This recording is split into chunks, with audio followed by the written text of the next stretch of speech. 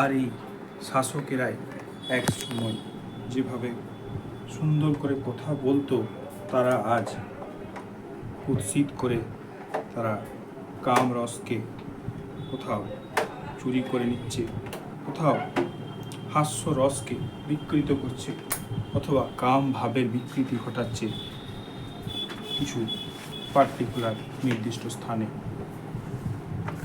আর এইভাবে এই স্ট্র্যাটেজি আমরাও যদি ফলো করি, হয়তো আমাদেরও দাসেদের মতোই উন্নতি হবে। তারা অপরাধকে জাস্ট টাচ করে চলে যায়, কিন্তু পুলিশ তাদের ধরাছোঁয়ার বাইরে।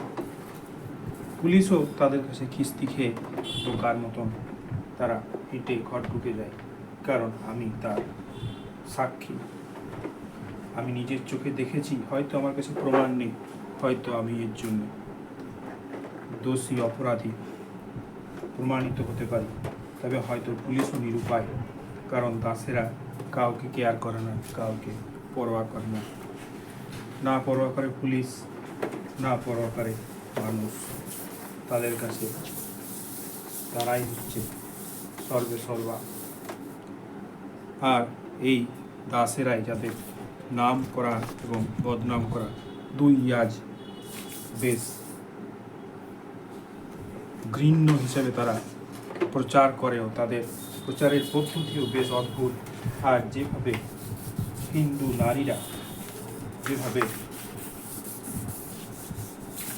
এলাকার নারীরা দাসদের হাতে অপহরণ হয়ে বিয়ে করতে বাধ্য হচ্ছে, দাসদেরকে অনিচ্ছা সত্ত্বেও তারা আজ প্রশংসা করতে বাধ্য, সেভাবে দাসেদের থেকেও শিক্ষা নেওয়া উচিত, কারণ এর মধ্যেও রয়েছে এক গভীর শিক্ষা। যেভাবে বিবেকানন্দের এই নরেন্দ্রনাথ দত্ত, পরে স্বামী বিবেকানন্দ, যা একজন বণিক সম্প্রদায়ের ব্যক্তি ছিলেন, সেই বণিক আজ দাসেদের কাছে, কিছু সংখ্যক দাস তাদের কাছে অবহেলিত।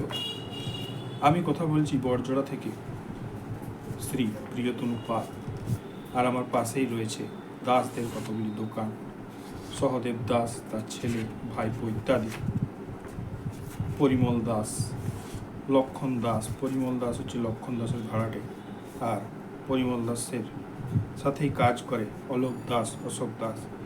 এরা সম্পর্কে এই লক্ষণ দাস যে পরিমল দাসের বাড়িতে ভাড়া থাকে, এই দোকান বাড়ি বা গুদাম ঘর তার মালিক, সে এই দুই জায়গার হিসাবে পরিচিত। তারই সম্পর্কে ভাইপো হিসেবে পরিচিত এই অলোক দাস, অশোক দাস। আসলে তাদের ওয়ার্কিং স্ট্র্যাটেজি কী তা আমাদের বোঝা উচিত, ও ইতিবাচক বা নেতিবাচক যেভাবেই হোক তা সম্পূর্ণ ফোকাসের সাথে তা শেখা উচিত ও সুন্দরভাবে বোঝা উচিত যে কীভাবে কামরস ও হাস্যরস চুরি হয়ে যাচ্ছে আমাদের প্রত্যেকটি কথা, প্রত্যেকটি অ্যাকশনের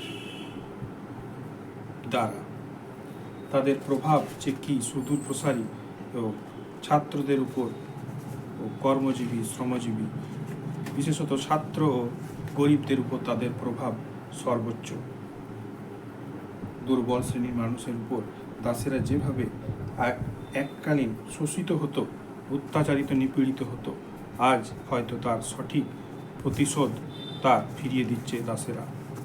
হয়তোবা এই ইতিহাস বানানো ছিল, হয়তোবা এতে কিছু ভুল আছে বা ঠিক আছে, তা প্রশ্নের বিষয়।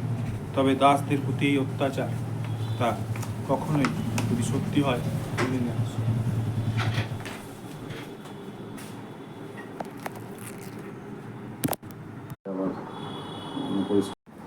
দাসদের থেকে শেখা উচিত তারা কীভাবে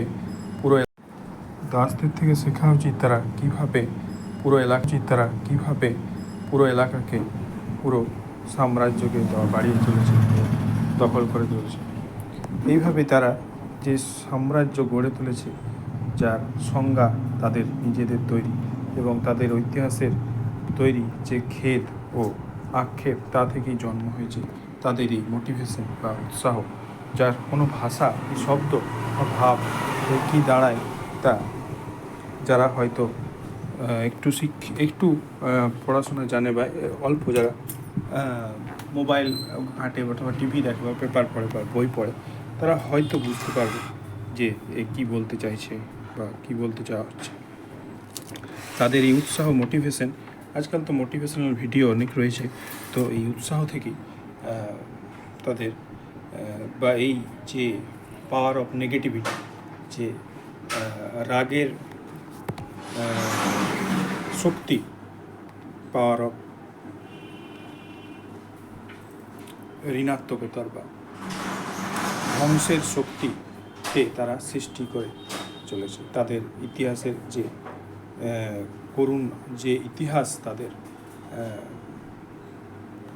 ব্যথিত করা, আমাদের হৃদয় বিদীর্ণ করা যে ইতিহাস, তার রাগের শক্তি নিয়ে হয়তো তারা এই এত উন্নতি করতে আজ সাফল্য লাভ করেছে।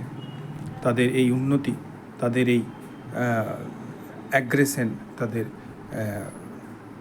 এই নীতি, দমনপীড়ন নীতি, তা সত্যি শিখবার যোগ্যতা রাখে। সব সংজ্ঞাকে বদল করে ব্রাহ্মণকে দাসত্বের চাকর বা যেভাবে তারা তৈরি করেছে, তা ব্রাহ্মণদের উৎপীড়ন নিপীড়নকে আজ ভুলিয়ে তারা সত্যি এক নিদর্শনের উল্লেখযোগ্য দৃষ্টান্তের পরিচয় দিয়েছে।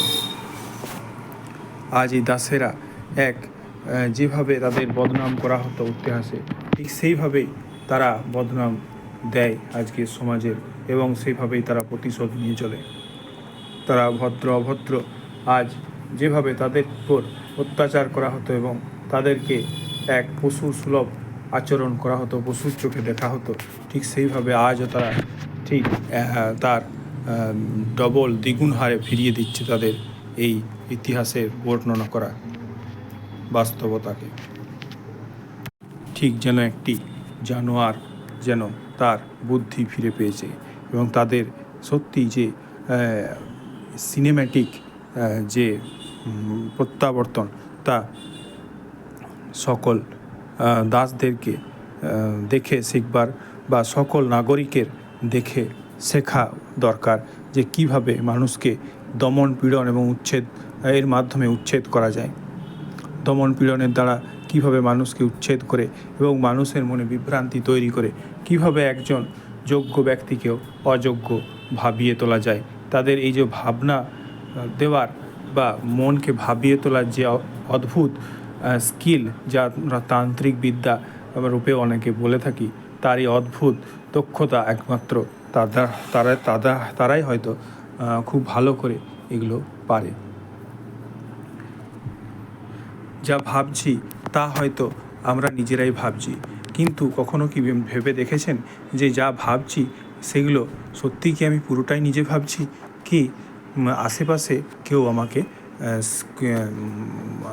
শব্দ করে, কিছু শব্দের দ্বারা, কিছু ইশারার মাধ্যমে, কিছু দেখিয়ে অথবা কিছু আওয়াজ করে আমাদেরকে ভাবিয়ে তুলছে। এই ডিস্ট্র্যাকশন আমাদের ভাবিয়ে তুলছে। প্রাকৃতিক পরিবর্তন যা কখনো ব্যক্তিগত আকারে পরিবর্তিত হয়ে কোনো ব্যক্তির ইচ্ছার উপর নির্ভর করে তার ইচ্ছার দাস হয়ে আমরা কি ভাবনা করছি, সেই ভাবনার বশে কি আমরা চলছি, সেই আবেগ কি আমাদের নিয়ন্ত্রিত হচ্ছে কোনোভাবে। এই আবেগ নিয়ন্ত্রণের যে ভাব, যে আমরা ধ্যান করবার সময় যে আপনার কি কখনো কেউ বিশেষ আবেগকে দেখেছেন, যেগুলো আমরা সচরাচর সাধারণত দুঃখ, আনন্দ ইত্যাদি কতগুলি প্রাথমিক আবেগকে খুঁজে পাই, যেমন কষ্ট, ব্যথা, নিপীড়নের ঘৃণা ভাব, আনন্দের মধ্যে ঘৃণা ভাব, আনন্দদায়ক পীড়া, আকর্ষণের ভাব, আকর্ষিত হওয়ার ভাব, ঘৃণ্যমূলক আকর্ষিত হওয়ার ভাব, আনন্দিতমূলক আকর্ষিত হওয়ার ভাব, পজিটিভ ইমোশন, নেগেটিভ আবেগ ইত্যাদি। এই ধরনের আবেগের মিশ্রণ ও তার বুদ্ধিমত্তার যে নিয়ন্ত্রণ একমাত্র আমরা যা মনে করি প্রকৃতি থেকে ঘটছে, আদতে পশু পাখি গাছগাছালি আকাশ বাতাস সব কিছুই সেই চিন্তার মধ্যে প্রভাবিত। আর সেই চিন্তাকে হয়তো সবচেয়ে বেশি এই দাস জাতির লোকেরাই সবচেয়ে ভালো নিয়ন্ত্রণ করতে পারে, অথবা হয়তো অন্য কেউ সেইভাবে পারলেও আমাদের এলাকায় আমি যেখানে রয়েছি সেই বড়জোড়ায় তাদের প্রভাবই সর্বোচ্চ। তারা এইভাবেই ভাবিয়ে তোলে আর কামরসকে চুরি করে তাদের স্বার্থ সিদ্ধি করে চলেছে, যেভাবে তাদেরকে অত্যাচার করা হয়েছিল অতীতে ইতিহাসে বর্ণিত কথা অনুসারে। আর যদিও পূর্বেই বলেছি, নরেন্দ্র মোদী, মমতা ব্যানার্জি ইত্যাদি মহান ব্যক্তিত্বরা বুঝিয়ে দিয়েছেন নাগরিকদেরকে যে ইতিহাস কীভাবে বদল করতে হয়, কীভাবে মানুষের চিন্তাধারাকে বদল করতে হয়, কীভাবে একটা মিডিয়া কীভাবে এক গুচ্ছ মিডিয়া বা একাধিক মিডিয়া অথবা এক মিডিয়া মানুষকে ভাবিয়ে তোলে, মানুষের আবেগকে নিয়ন্ত্রিত করে ও আবেগকে প্রশ্নচিহ্ন প্রশ্ন করতে ভুলিয়ে দেয়, অথবা প্রশ্ন করতে শেখায়, অথবা আমাদেরকে চালিত করে। এক কথায়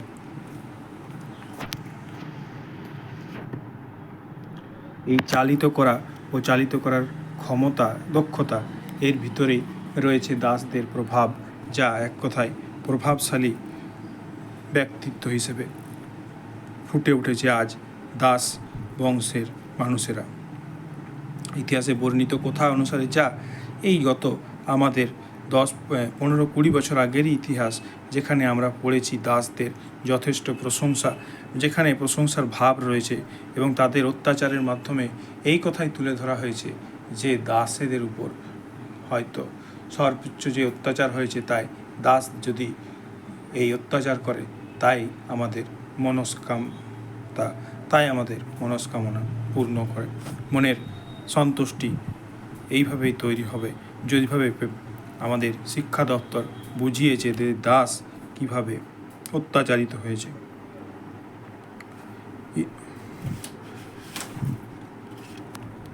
আজ আমাদের পাশেই রয়েছে পরিমল দাস।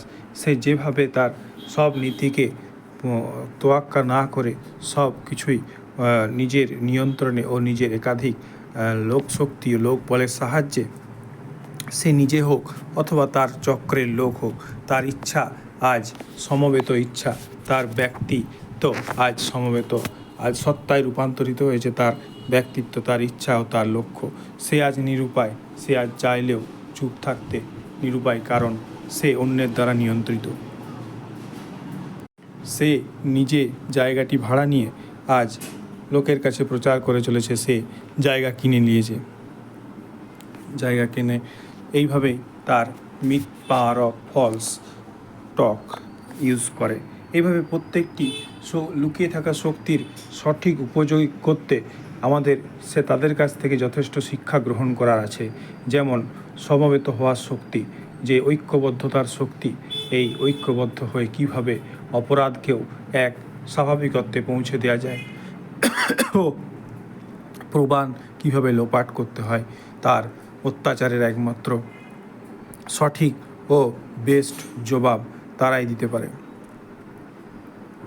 তারা যেভাবে অত্যাচারিত হয়েছিল ইতিহাসে, সেই অত্যাচারের বদলা আজ তারা হয়তো কিছুটা হলেও ফেরত দিতে পারছে, পুরোপুরি না হলেও আজ তারা মিথ্যাকে বাস্তব, আজ মিথ্যাকে পুরাতত্ত্ব বিভাগের ভিতরে ঢুকিয়ে দিতে হয়তো কিছুটা হলেও সম্ভব, অথবা অসম্ভব, যাই হোক, কারণ এই সব ব্যাপারে না বলাই ভালো। এগুলি সরকারি নিয়ন্ত্রণাধীন ও মানুষের আবেগ এতে জড়িত। এই সব নিয়ে প্রশ্নচিহ্ন রয়ে গেছে বিভিন্ন মহলে। আজ যেভাবে মসজিদগুলি ভেঙে দেওয়া হচ্ছে আর মন্দিরগুলি ভেঙে দেওয়া হচ্ছে, তাতে সব জাতির ও তাদের একে অন্যের উপরে যেভাবে রাগ হচ্ছে ও ইতিহাস মুছে দেওয়া হচ্ছে, তাতে সব যাদের ইতিহাস মুছে দেওয়া হচ্ছে তাদের সেই জাতির প্রতি যথেষ্ট সেই জাতির রাগ থাকাটাই স্বাভাবিক। হয়তো ভবিষ্যতেও এদের ইতিহাস এইভাবেই বদলে যেতে পারে, অথবা তাদের ইতিহাস অত্যাচারে রূপান্তরিত হতে পারে। যেভাবে অত্যাচারিত এই ইতিহাস এক ব্যক্তি থেকে গোটা রাজ্যে ছড়িয়ে পড়ে, সেইভাবেই হয়তো যেভাবে মমতা ব্যানার্জি, যেভাবে পার্থ চট্টোপাধ্যায় যে একজন শিক্ষা দপ্তরে দুর্নীতি ও চুরি ও চাকরি বিক্রির অভিযোগে আজ দোষী হয়েও যেভাবে জেল খেটে সব প্রমাণ থাকা সত্ত্বেও সে আজকে অপরাধী হয়েও বিদ্রোহী, এবং বর্তমানে সে কোনোভাবে প্রমাণ লোপাট অথবা সঠিক তথ্য প্রমাণের সঠিক ভাবের ভিত্তিতে সে আজ জেলের বাইরে রয়েছে, এবং তারা সকলেই মুক্ত হয়ে গেছে জেল থেকে। আজ অনুব্রত মণ্ডল ইত্যাদি মহান ব্যক্তিত্বরা যারা দেশের জন্য সেবা করেছে একসময়, তারা আজ দেশে চুরি ডাকাতি ইত্যাদির জন্য অপরাধী হিসেবে বিচার সভায় তারা গণ্য হয়েছে।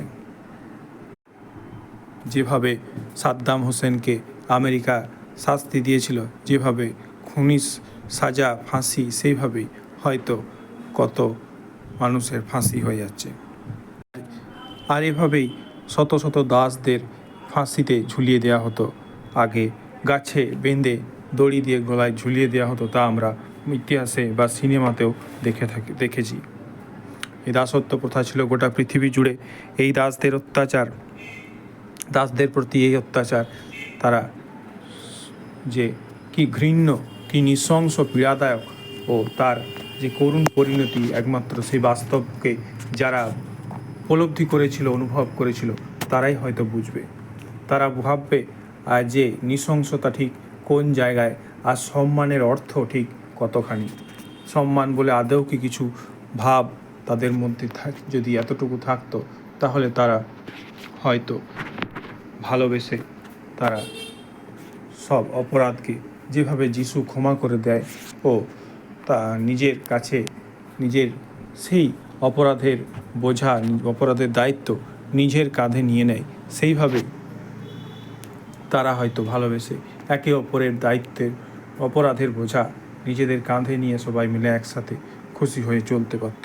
কিন্তু এক শ্রেণীর এই মানুষ এই দাসদের উপর যেভাবে অত্যাচার করে গেছিল, তারা আজ যে পরিচয় বাঁচুক, তাদের সংসার, তাদের ঘর, তাদের ইতিহাসটি যত বছরেরই পুরনো হোক না কেন, তা পড়ানো হচ্ছে বর্তমানে। আজ 1947 সালে স্বাধীনতার পর ব্রিটিশ সরকার যখন ব্রিটিশ রাজত্ব, মহারানী ব্রিটিশ সরকার থেকে রূপান্তরিত হয় ভারত সরকারে, আর তখন থেকেই যখন আমরা যাদেরকে বিদ্রোহী বলছি, তারা তাদেরকে টেরোরিস্ট বলছে। ব্রিটিশ সরকারের কাছে আমাদের দেশপ্রেমীরা আজ টেরোরিস্ট নামে পরিচিত, তাই তাদের কাছে আমরা ঘৃণ্য, আমাদের কাছে তারাও ঠিক একই বা তোর থেকেও বেশি ঘৃণ্য। যেমন ব্রিটিশরা ভারতীয়দেরকে অত্যাচার করেছিল, এমনটা ইতিহাস পড়ে আমরা জানতে পারি, ঠিক সেইভাবেই ভারতীয়রাও তার বদলা যেভাবে নিচ্ছে, ঠিক সেইভাবেই সব নিয়মেরকে বুড়ো আঙুল দেখিয়ে আজ দাসেরা তাদের ইতিহাসের যে রাগ, তা ইতিহাসের যে জ্বলন্ত অগ্নিকুণ্ড থেকে বেরিয়ে আসা যে চিঙ্গারি, তা জ্বালিয়ে তুলছে এই তাদের কর্মকাণ্ডের মধ্য দিয়ে। আজ শত সম্মানকে, শত মর্যাদা, শত ঐতিহ্য, শত আবেগকে ও প্রতিটি আত্মার যে এই ইচ্ছাকে তুচ্ছ করে দিয়ে তারা যেভাবে করে চলেছে, তাদেরও ভবিষ্যৎ আছে। এই কথা যদি তারা ভাবে, হয়তো জাতিবিদ্বেষ কী তার সঠিক অর্থ যারা পড়ে, তারা ঠিক বুঝতে পারবে যে জাতিবিদ্বেষ থাকে দেশের ভিতরেই, আর দেশ মানে হলো আমাদের যা হিংসা বিদ্বেষ এর দেশ, অথবা কোনো আমাদের এলাকার দেশ যা ভারত নামে পরিচিত। সেই ভারত দেশ একসময় ছিল প্রতিটি রাজার আলাদা আলাদা দেশ, তা এককালে 1947 সালে একত্রিত হয়ে এক বিরাট রাজ্যে, ভারত রাজ্যে এবং ভারত নামক দেশে পরিণত হয়। সেই রাজ্য বড় কি দেশ বড়, এই সংজ্ঞা তৈরি হয় তারপরে ধীরে ধীরে। এই সংজ্ঞায়িত হয়ে আজ 1947 সালের পর থেকে প্রায় 80 বছর ধরে ঘটে চলেছে এক ব্রেন স্টর্মিং রিয়েলিটি। আজ যারা সরকার চালাচ্ছে, যারা সরকারে চাকরি করছে, তারা আজ ব্রিটিশদের কাছে হয়তো টেররিস্টের সরকার নামেই পরিচিত থাকবে বা টেররিস্টদের কর্মচারী হিসেবেই পরিচিত থাকবে, কিন্তু আদতে তারা ভারত সরকারের কর্মচারী। এবং আমাদের গর্ব করা উচিত তাদের প্রতি, যারা পাবলিকের সেবা করে এবং পাবলিকের জন্য নিজেদের জীবন উৎসর্গ করে, নিজেদের কষ্ট, নিজেদের সমস্ত সুখ ত্যাগ করে সব সারা দিন 24 ঘন্টা আমাদের জন্য ভাবে এবং প্রতিদিন তারা অফিসে ডিউটি করে চলেছে। তাদেরকে আমাদের প্রত্যেকের স্যালুট জানানো উচিত, সেই প্রত্যেক সরকারি কর্মচারীকে, এবং সাথে সাথে সেই প্রত্যেক ব্যবসাদার ও দাসদের মতন ব্যক্তিত্বকে, যারা এইভাবে টিজ করার মাধ্যমে টিটকারি, বুলি এবং সব আইনকে বুড়ো আঙুল দেখিয়ে তাদের ব্যক্তিগত যে অদ্ভুত কী সব আইন যারা পালন করে, তাদের এই আইনগুলিকে দেখে শেখা উচিত। এবং আমার ঠাকুরের বাণী বলেছেন, কোনো এক ঠাকুর যে কোনো এক জায়গায়, আমি নাম যদি করি তাহলে বলতে চাই যে আমিও বিবেকানন্দের অনুরাগী, তবে বিবেকানন্দের ফ্যান আমি বলতে চাই না, কারণ ফ্যানের আমি হাওয়া খাই। বিবেকানন্দের অনুরাগী, বিবেকানন্দের ভাবে আমি বেশ প্রভাবিত হই এবং আমাকে টানে বিবেকানন্দের প্রত্যেকটি কথা এবং প্রত্যেকটি ভাব এবং অমৃতবাণী, যেগুলি রামকৃষ্ণের কথামৃতে রয়েছে, তা আমার আত্মার সঙ্গে বেশ যথেষ্ট মিল রয়েছে। সেই জয়রামবাটি কামারপুকুরে শ্রী শ্রী রামকৃষ্ণ দেব ও মা শারদামণি শারদা দেবীর প্রত্যেকটি সহজ সরল বাণী, যা আমাদের মনকে প্রতিটি অবস্থাতেই এক গভীর ও দৃঢ় নিবিড় শিক্ষা দেয়। আজ দাসেরা হয়তো এর বিরোধী হতে পারে, হয়তো এর সপক্ষে হতে পারে, তা প্রশ্নের বিষয়। তবে কোন এলাকা ভেদে তার ভাব, তার আবেগ, তার উৎস, তার উদ্দেশ্য, তার কর্মপদ্ধতি এবং গোপনীয়তা তার ভিন্ন রূপ ধারণ করতে পারে। এইভাবেই ভিন্ন রূপ ধারণ করার মাধ্যমে তাদের আইনের ব্যক্তিগত, যেভাবে আমরা শিখেছি যে কিছু দেশ রয়েছে যাদের কোনো নিজস্ব আইন নাই, তারা কেবল ব্যক্তিগত চিন্তা ও কথোপকথনের মাধ্যমেই তারা তাদের সিদ্ধান্ত উপনীত হয়। এবং যেভাবে কাম বিকৃতির, ভাব বিকৃতি, রস বিকৃতি এবং শত্রুতা ইত্যাদির মাধ্যমে দাস যে বিভিন্ন রূপে আজ ছড়িয়ে পড়েছে প্রত্যেকটি ঘরে, কোথাও বউ হিসেবে, কোথাও বা সৎ মানুষ, সৎ ব্যক্তি, কোথাও বা অপরাধী হিসেবে, কেউ বা জেলে খাটছে, কেউ বা টাইটেল বদল করে তার কারোর সেই একই অবস্থা ঘটছে। তবে আমি যেখানে বলতে চাইছি, সেই দাসদের প্রতি যে অত্যাচার ও তাদের অত্যাচারের ফলে সৃষ্টি হওয়া তাদের মনোভাব ও তাদের ব্যক্তিত্ব বর্ণিত ইতিহাস পড়ে তাদের সত্যি মন ক্রুদ্ধ হয়ে যায় স্বাভাবিক। কারণ ব্যক্তির মুখ থেকে বা ব্যক্তিবর্গ বা গোষ্ঠীর, জাতির কাছ থেকে শোনার ইতিহাসের থেকে আমরা বইয়ের ইতিহাসকে হয়তো বা অনেকেই বেশি সত্যি বা বেশি গুরুত্ব বা স্বীকৃতি দিয়ে থাকি, আর এইখানেই করি আমরা কিছু ভুল। এইভাবেই যদি আমরা শিখতে থাকতাম, তাহলে বুঝতে পারতাম যে লড়াই করে বাঁচতে হয়। লড়াই করে বাঁচতে গেলে কোনো নিয়মকে পরোয়া করতে নাই, এই কথা ভুল। আইনকে পরোয়া করতে নাই, এই কথা ভুল। আবার আইনও যে সব জায়গায় মানতে নাই বা কিছু জায়গায় মানতে হয়, বা যে জায়গায় যেমন, তো যা বলছিলাম যে ঠাকুর এই কথায় বিবেকানন্দের কোনো এক আশ্রমে বা রামকৃষ্ণ মিশন সেবাশ্রমে অথবা কোনো এক জায়গায়, আমি বললাম না, যে বলা হয়েছে যে যেখানে যেমন ঠিক সেখানে তেমনভাবেই থাকতে হয়। যেখানে যেমন আচরণ হয়, আচার হয়, ঠিক সেই আচারের মধ্যেই সেখানে চলতে হয়। তাই যেখানে ভদ্রতা সভ্যতা রয়েছে, সেখানে সভ্যতার মাধ্যমে, ভদ্রতার মাধ্যমে চলতে হয়। আর যেখানে রয়েছে পূজা অর্চনা, সেখানে পূজা অর্চনার মাধ্যমে চলতে হয়। যেখানে ভক্তি রয়েছে, সেখানে ভক্তিভাবের মাধ্যমে চলতে হয়। যেখানে রয়েছে সাধারণত্ব, সেখানে সাধারণত্বের মাধ্যমে চলতে হয়। তো এর মাধ্যমেই ঠাকুর কোনো এক ব্যক্তি হয়তো তার নিজের ব্যক্তিভাবের মধ্যে কোনো এক বাস্তবতা এবং তার যে বাস্তবের এই পীড়া, তাকে খুব সুন্দরভাবে বুঝিয়ে তুলেছেন। তার এই বাণী হয়তো আজ আমাদের কাছে গুরুত্ব না থাকতেও পারে, তবে দাসদের কাছে এবং অপরাধীর কাছ থেকেও সব কিছুই শেখার আছে, কারণ সেও বা তারা মানুষ, আর মানুষ তারাই যাদের হুঁশ আছে। হয়তো মান না থাকতেও পারে বা থাকতেও পারে, তবে হুঁশ অবশ্যই থাকতে হয়। আবার এও জানি যে হুঁশ জানোয়ারেরও আছে, তাই অবশ্যই জীব হিসাবে বা মানুষ হিসাবে ব্যক্ত করতে গেলে হুঁশ অবশ্যই থাকতে হবে। তাই বললাম এই উদ্দেশ্যে, আমার মানুষকে জানোয়ার প্রমাণ করার এখানে কোনো উদ্দেশ্য নাই বা কোনো ইচ্ছা বা অভিপ্রায় নাই। আমি জাস্ট বোঝাবার কথায় কথায় হয়তো ইচ্ছাকৃত বা অনিচ্ছাকৃত হবে, তাই যদি খারাপ লাগে তার জন্যে ক্ষমা চেয়ে নিই। তবে বাস্তবতার যাই হোক, তো এই পরিস্থিতির সঙ্গে নিজেকে মানিয়ে নিয়ে চলা ও পরিস্থিতির সঙ্গে নিজেকে অ্যাডপ্ট করে নিজেকে সেই মতো অ্যাডজাস্ট করে নেওয়ার নামই হচ্ছে এক সুন্দর জীবন। এই অপরাধের মধ্যেও সৌন্দর্য ধরে রাখার যে প্রতিভা, তার মধ্যে রয়েছে আর্ট অফ ক্রাইম, বা যাই হোক তাকে আর্ট অফ লিভিং বলাও চলে। অথবা ক্রাইমকে বাদ দিয়ে সেই ক্রাইমকে আমাদের শুধরে নেওয়ার কাজ সহজেই করা চলে। যেমন এই যে টিটকারির যে কালচার, বুলি করার যে কালচার যে রয়েছে কিছু ব্যক্তির মধ্যে, তো তাদের এখন আমি ফ্রি রয়েছি তাই দুটো কথা বলছি। তো যখন ব্যস্ত থাকি অথবা যখন কিছু করি অথবা অন্য কাজে হাত লাগাই, তো যখন পারছি বলতে, তাই বলতে আমি সক্ষম।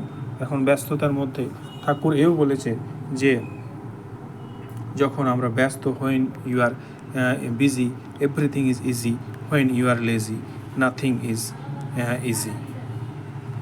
অর্থাৎ যখন আমি ব্যস্ত তখন সবই সহজ, কিন্তু যখন আমি বসে যাই বা আমি অলস, তখন সব কিছুই কঠিন হয়ে পড়ে, সব কিছুই অসম্ভব কঠিন হয়ে যায়। হয়তো কোনো শক্তি আমাদের এইভাবে চালিত করে বা আমাকে এইভাবে চালিত করছে, অথবা জানি না ভবিষ্যতে কতদিন সুস্থ হবে, কতদিন দুর্বলতাকে জয় করে কাটাতে পারবো, অথবা এর চেয়েও যদি ভালো কিছু পরিস্থিতি থাকে তাহলে বলবার হয়তো আরও কিছু সুন্দর টপিক নিয়ে বলতে পারবো, যেভাবে আজ ইউটিউবাররা বলে চলেছে।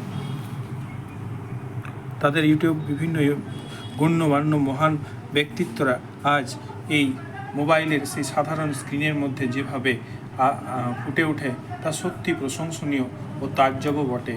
আজ বিনামূল্যে তাদের ব্যক্তিত্ব লেকচার যেভাবে আমরা দেখতে পাই, তা সত্যি প্রশংসনীয়। আর এইভাবে আজ ভাড়াটেদের মধ্যেও যে এই পরিমল দাস বা তাদের মতো ব্যক্তিত্বদের যে ভাড়াটে হয়েও তাদের যে মুখের দাপট, তা সত্যি চোখে পড়ার মতো। আজ আমরা যেভাবেই যাই করি, যে আমাদের শান্তি রস শোষণ করছে এই যারা ব্যক্তিরা, সেই দাসেরা আজ সফল। আজ তারা সত্যি সমাজে অগ্রগণ্য। আজ তাদের কেউ থামাতে পারে না। আজ তারা অজেয়, অপরাজেয়। আজ তারা হচ্ছে সেই বাইরি পাড়ার নেতা, সেই বাইরি পাড়ার ডন, যারা যে বাইরি হোক, যারাই হোক, যে জাতিই হোক, সে ব্রাহ্মণ আজ বাইরির জায়গায় আসুক বা বাইরি আজ নিপীড়নের জায়গায়, অথবা বাইরি যারা উঁচু নিচু ভেদাভেদ ভুলে ও যারা মনে রাখে, সেই মনে রাখার ক্ষমতা চলে এই দাসত্ব প্রথার অবসানের ভিতরে।